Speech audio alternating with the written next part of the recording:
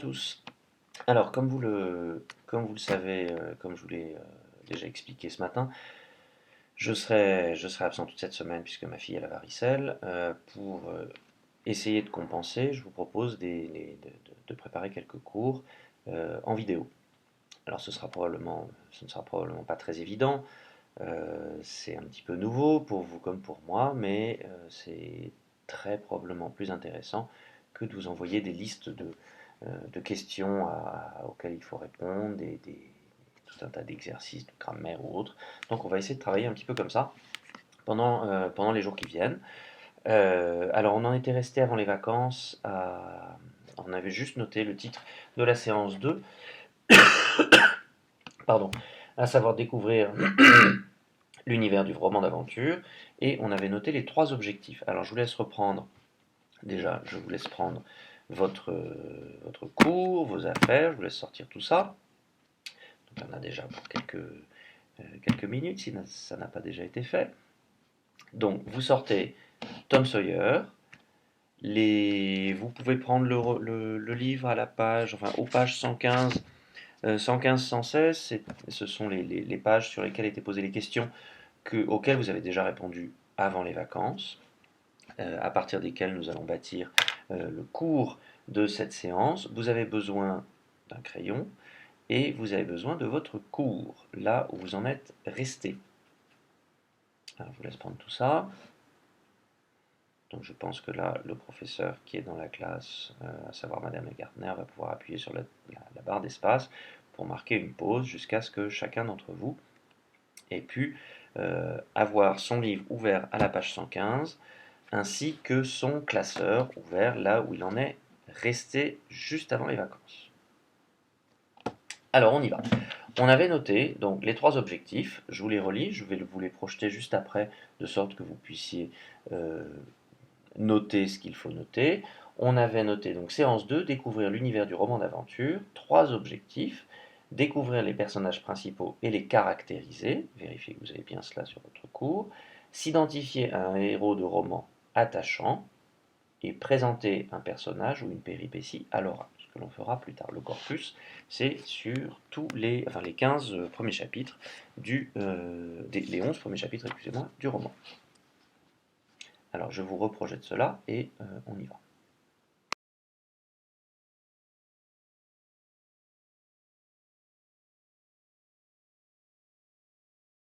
Nous en sommes donc au petit A de la première partie, à savoir un garçon rusé et courageux. Pourquoi rusé et courageux? En fait, si vous lisez attentivement les premiers chapitres du roman, vous voyez très simplement, et cela répond à la question 1 qui est page 115, donc vous pouvez prendre la question 1 qui est page 115, ainsi que votre cahier de brouillon, sur lequel vous avez déjà répondu à la question 1. Donc on constate très facilement, quasiment à chaque chapitre en fait, que Tom est un garçon vif d'esprit. Vif d'esprit, cela signifie qu'il est relativement rusé, intelligent, qui est capable de se sortir d'un certain nombre de situations, qui est capable de s'arranger pour que ce qui au départ n'était pas en sa faveur, finalement, soit en sa faveur. Donc ça apparaît plusieurs fois. Alors, vous avez certainement tout un tas d'exemples en tête, mais si on en prend deux, on en a un qui est évident, qui est raconté longuement, c'est l'épisode de la palissade. Au début du roman, puisque sa tante lui ordonne de tout repeindre, et finalement, il s'arrange pour faire repeindre la palissade à sa place. Lui, pendant ce temps-là, peut aller tranquillement se reposer. Il y a un autre exemple qui se finit mal pour lui, mais qui, malgré tout, au démarrage, paraît plutôt positif. C'est l'apprentissage des versets de la Bible, où il s'arrange pour récupérer pour échanger un certain nombre de points. Il échange un certain nombre d'objets, de bricoles contre des points, et tout le monde pense qu'il a tout appris. Alors évidemment, ça se finit mal puisqu'il doit faire montre de son savoir devant tout le monde, et le narrateur d'ailleurs vous dit qu'on va jeter un voile sur cet épisode malheureux, puisqu'évidemment, Tom, qui pensait avoir bien rusé et avoir été fin, évidemment c'est couvert de ridicule devant tout le monde. Mais cet épisode n'est pas raconté davantage, et on en reste quand même à son succès. Donc ça, c'est la première chose, et c'est déjà ce que vous allez noter.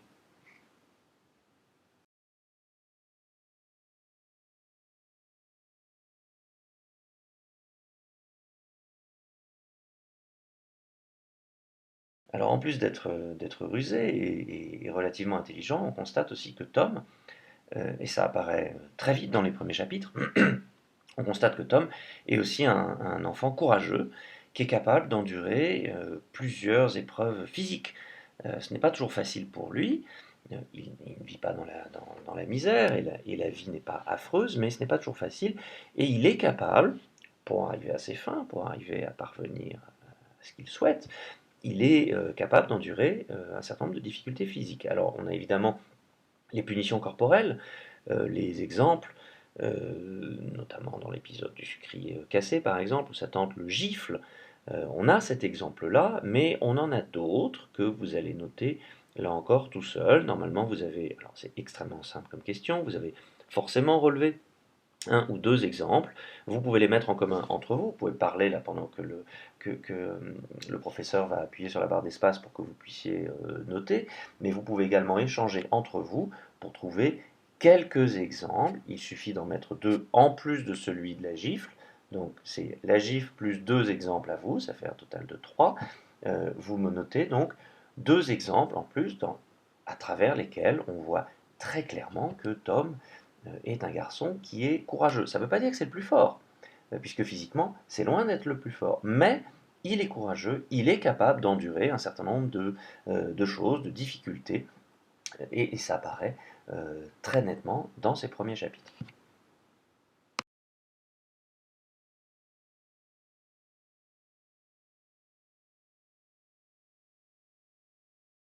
Second petit point, dont on va parler maintenant, c'est à savoir le petit b, c'est le refus des contraintes et des règles. Alors, puisque vous avez déjà travaillé sur la question 2, page 115, vous devriez savoir ce qu'est une contrainte. Je vous rappelle que le verbe contraindre signifie forcer quelqu'un à faire quelque chose. D'accord? C'est le sens du verbe contrainte. Et Tom, on le remarque régulièrement, rejette, refuse toute forme de contrainte, très souvent toute forme d'autorité, les règles également, qu'elles soient incarnées par sa tante, par le maître d'école, par l'autorité religieuse, puisque dans l'Église, lorsqu'il va à la messe, on voit bien que ça ne se passe pas tout à fait comme ça devrait l'être. Bref, on voit que c'est un enfant qui rejette tout cela. Alors en cela, et on le verra un petit peu plus tard, mais on en a déjà parlé avant les vacances, en ça, ça fait de Tom Sawyer un enfant auquel on peut s'identifier facilement.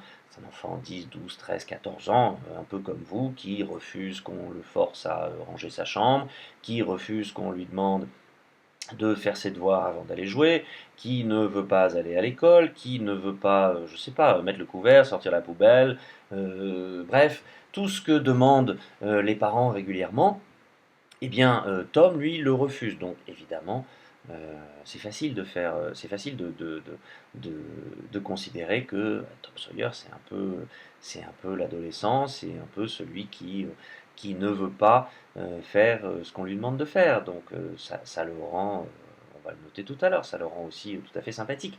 Donc, il veut n'en faire qu'à sa tête. Au chapitre 1, lorsque sa tante, souvenez-vous, c'est le démarrage de ce roman qui est un petit peu brutal. Tom, viens ici, Tom, Tom, Tom. Et lui, que fait-il? Il s'en va. Il se cache et il s'arrange. Il se cache. Enfin, il s'arrange pour échapper à sa tante, ce qui est relativement étonnant, mais ça donne tout de suite le ton de ce roman. Un peu plus loin, c'est l'épisode de la dent qui menace de tomber pour éviter d'aller à l'école. Finalement, ça se termine mal aussi pour lui puisque sa tante lui arrache sa dent. Donc finalement, il est obligé d'aller à l'école.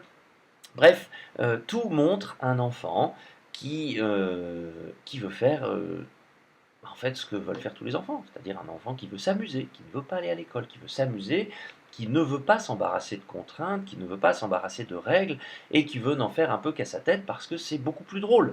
Et il se heurte évidemment à chaque fois à l'autorité. Alors parfois il parvient à s'en sortir, parfois il s'en sort un peu moins bien, mais dans tous les cas quasiment, on s'aperçoit que c'est un enfant qui veut échapper aux règles, qui veut échapper aux contraintes et pour lequel la seule et unique contrainte c'est euh, quand vais-je pouvoir m'amuser un petit peu plus. Voilà.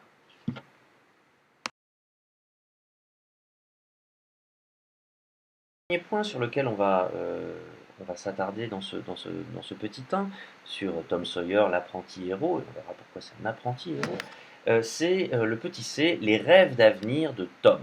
Les rêves d'avenir de Tom reprennent la question 3, page 115, où effectivement, alors je vais vous demander là de passer un petit moment, en discuter entre vous avant de noter euh, quelques éléments de réponse. Donc, les rêves d'avenir de Tom, ça veut dire tout simplement à quoi rêve-t-il, euh, que souhaite-t-il faire, les quelques pages qui vous sont données, c'est-à-dire la page 78 d'une part, puis les pages 84 à 89, on vous donne un petit tableau. Quels sont les points communs? Que remarque-t-on? Quels sont les domaines envisagés, c'est-à-dire ce à quoi il pense? Qu'est-ce qu'il aimerait faire plus tard? Qu'est-ce qui transpire dans ces quelques pages? Qu'est-ce qui apparaît? Qu'est-ce qu'on peut deviner à travers ce que nous dit le narrateur? Alors là, j'aimerais donc que vous passiez un petit moment pour relire la question, relire la réponse, ceux qui n'ont pas eu le temps, qui n'ont pas eu envie, qui n'ont pas fait, bref, qui n'ont pas répondu à cette question, voilà, passer un petit moment pour essayer de relire ces quelques pages. Il y a 5 pages, c'est pas non plus très long. Enfin, la page 78 qui fait même pas 10 lignes, et les pages 84 à 89, voilà. Qu'est-ce que vous en tirez? De quoi rêve-t-il? Que veut-il que nous apprennent ces quelques pages? Je vous laisse en discuter pendant un petit moment. Donc là, on met une pause, on appuie sur la barre d'espace. Et je reprends. Euh, Qu'est-ce qu'on constate? Une volonté évidente de s'évader. D'accord? Une volonté de s'évader, une volonté de partir et de vivre un petit peu différemment. Je vais vous laisser, là encore, tout seul, mettre des citations que vous devez trouver vous-même. Il faut ici, pour justifier cette idée, au moins 2 citations qui sont toutes les deux tirées de 2 pages différentes. C'est-à-dire ça ne peut pas être 2 phrases qui viennent de la même page ou qui se suivent. Non, non, non, il faut que ça vienne de différents domaines. C'est-à-dire, en gros, ça revient à reprendre la réponse à la question 3, c'est-à-dire le tableau qui vous était proposé. Je vous laisse faire cela.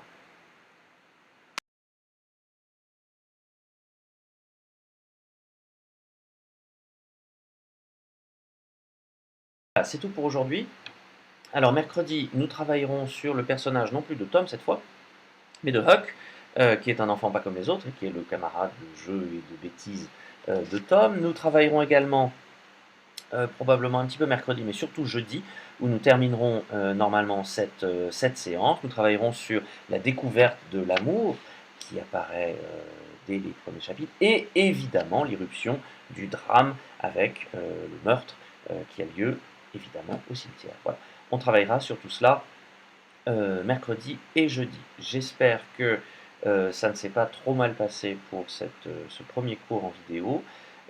Ça va nécessiter très certainement un certain nombre d'ajustements. N'hésitez pas à me faire part par mail de vos observations. Ça va trop vite, c'est trop rapide, ou au contraire c'est trop court, on n'entend pas, on ne comprend pas. Bref, n'hésitez pas, de sorte que je puisse ajuster pour les cours qui vont suivre. Je vous souhaite en tout cas une bonne journée et à mercredi.